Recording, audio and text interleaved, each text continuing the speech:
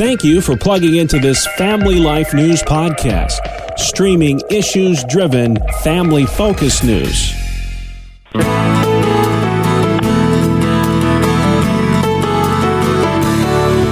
And welcome back to another edition of Issues in Education.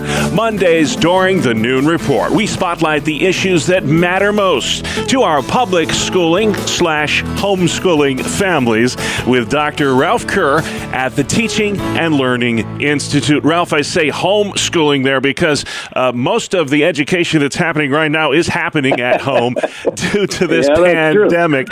Explain, if you would, how effective is online learning? You've got some new research to share today. Well, it's interesting, anecdotally, right from the beginning, people said it's not near as effective. It doesn't seem that way. And now there's some research coming out from various sources that say absolutely it is less effective than in-person instruction. Amongst other things, there's limited social action with the students.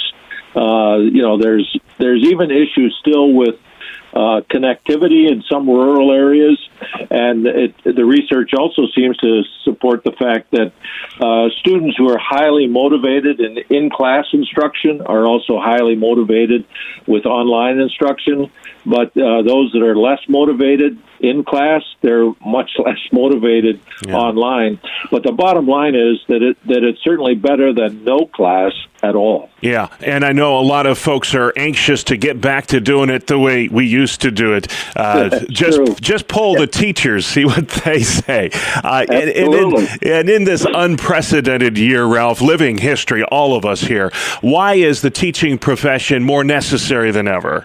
Well, again, I just salute the teachers that are working so hard. I mean, doing in-class instruction in person is hard enough, but in many cases now, it's not a case of online or in person. They're trying to do both at the same time. But the biggest thing to me is that the teachers are definitely the lifeline at this point for the students. They're providing some stability, some security, and even in some cases some safety. And I just salute again the teachers that are working so hard at this time to try to provide education for our children. And we want to end with a couple big stories from last week in New York State. First off, the Regents exam canceled in January. No surprise there. But what is the state going to do, Ralph, to make sure that graduating seniors have the necessary assessments that they need to get that diploma next spring? Well, it's interesting. The reason for not giving it, which I fully support, is that it can't be fairly and equitably given. But the stinger in the whole thing is that, and this is a direct quote, other options will be available to help the students qualify for graduation. And that's the frustration for superintendents and administrators at this point, is that's the kind of guidance that the state is continuing to give. Okay, we're not going to do this, but we'll tell you how we're going to do it in the future. And the students need to know what they need to do to complete the course. And as of last week, nobody knows. Nobody knows for sure. And the Regents exams next year in the summer are still up in the air as well. Yes, they are. Last Thursday was the deadline for all 64 SUNY schools to submit their plan for how they're going to test students for COVID. This is a Herculean task here. You're talking 140,000 students that need to be tested for COVID before they can go home for Thanksgiving. Kids who test positive aren't going to be allowed. They're going to have to quarantine on campus. How realistic is it that this will be adequately enforced, Ralph? On a scale of 1 to 10, minus 10. There's no way that's pretty certain there, Ralph. There's no way, Bob. For one thing, the cost is going to be up to $500,000.